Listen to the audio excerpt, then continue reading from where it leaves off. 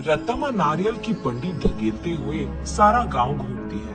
कोई भी उसके पास नारियल नहीं खरीद रहा। उस गांव के सारी गलियां ऐसे घूमती हैं कि उसके पैर भी थक गए। तब बेटा, माँ भूख लग रहा है माँ, ऐसे पूछने पर उसे रोना आ जाता है और रत्तमा को पता नहीं चलता कि वो क्या करे। तब वो एक जगह उसकी बंडी रोककर एक नारियल काटकर, आज के लिए खाकर अपना पेट भर लो बेटा, कल अच्छा खाना खिलाऊंगी, ऐसे कहकर अपने बेटे को देखते हुए अपने जीवन को कोसती है।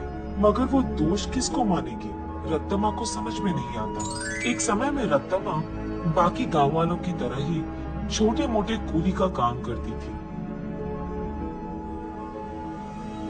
लेकिन उसे लगता है कि उसे उसका मेहनत का फल नहीं मिल रहा। इसी दुख में वो दिन गुजारती थी।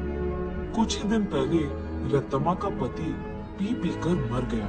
घर के सारे पैसे वो अपने दारू में लगा दिए और घर में एक फूटी कौड़ी भी नहीं है। इसीलिए रत्तमा को क्या करे ये पता नहीं चल रहा था और उसे इसी बात का डर था कि वो अपने बेटे को कैसे पढ़ाएगी। एक दिन वो अपने घर के बरामदे में बैठकर यही सोचती रहती है कि वो पैसे कैसे कमाएगी। तभी फैसला करती है कि वो एक छोटा सा व्यापार करेगी। इसी सोच में वो जब सर उठाकर ऊपर देखती है, उसके घर के ठीक सामने मौजूद एक नारियल का पेड़ उसे नजर आता है। तब वो फैसला करती है कि वो नारियल बेचेगी। उसके फैसले के अनुसार ही वो अगले दिन उस गांव के जंक्शन के बीच में नारियल का एक छोटा सा बंडी लगाती है। लेकिन तब तक उसी जंक्शन पे दो और ऐसे व्यापारी थे जो नारियल बेच रहे थे। उन दोनों की वजह से रत्तमा का व्यापार ठीक से नहीं चलता है।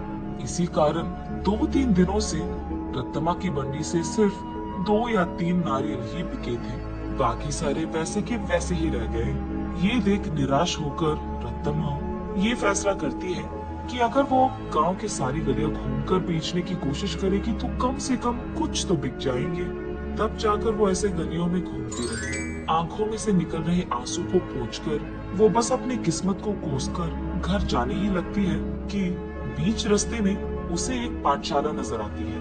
उस पाठशाला के बच्चे वहाँ बेच रहे स्नैक्स को देख उस दुकान के चारों ओर घेर कर उनको खरीदने लगते हैं। ये देख रत्तमा का बेटा, माँ मुझे भी वो खाना है माँ, ऐसे वो भोला बच्चा पूछता है। ठीक तभी अचानक रत्तमा को एक अच्छी योजना सूझती है। तब वो उसके बेटे से ऐसे कहती है, हमारे पास उसको खरीदने के पैसे नहीं है बेटा, लेकिन घर जाते ही मैं तुम्हारे लिए एक बहुत अच्छी मिठाई बनाऊंगी, ठीक है?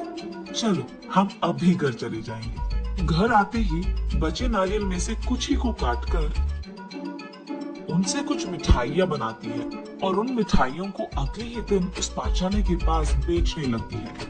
उस दिन तक किसी ने भी नारियल से बनाए हुए मिठाई को वहाँ पे नहीं बेचा था, इसीलिए पाठशाला में मौजूद सारे बच्चे एक ही बार में वहाँ आकर सारी मिठाइयाँ खरीद लेते हैं। बस रत्तमा की खुशी का कोई सीमा नहीं।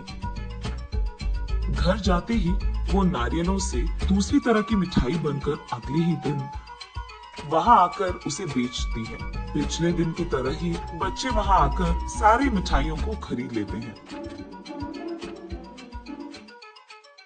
लेकिन कुछ बच्चे ऐसे पूछते हैं, आंटी कल जैसे मिठाई नहीं है क्या? कल लेके आऊंगा बेटा।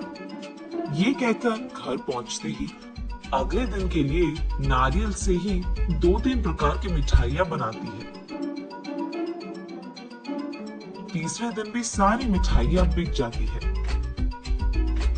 तब वहां मौजूद बाकी व्यापारी ये देख रत्तमा के पास आकर ऐसे कहते हैं, अम्मा कुछ मिठाइयाँ हमको भी बेचो, वो हमारी दुकान में बेचेंगे हम तुम्हें दुगना पैसे देंगे इनके लिए, ऐसे कहते हैं। ये सुनकर रत्तमा इस बार ज्यादा मात्रा में मिठाइयों को बनाकर अगले दिन वहाँ के व्यापारियों को बेचती है दुगने गुना में।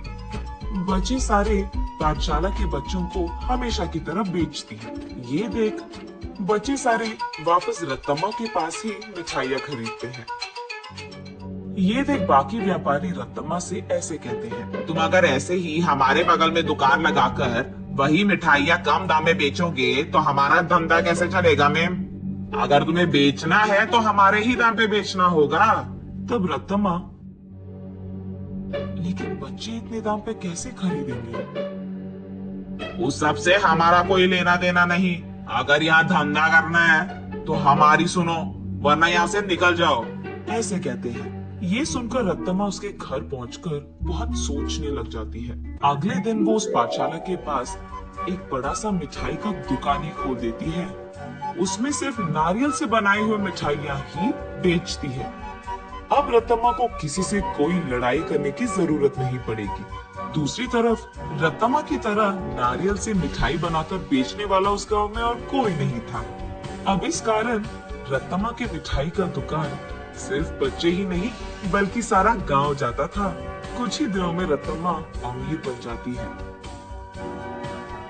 और उसी पाठशाला में वो अपने बेटे को पढ़ाती भी है। ऐसे प्यार से वो उस नारियल के पेड़ को हर रोज पूछकर पानी डालती थी।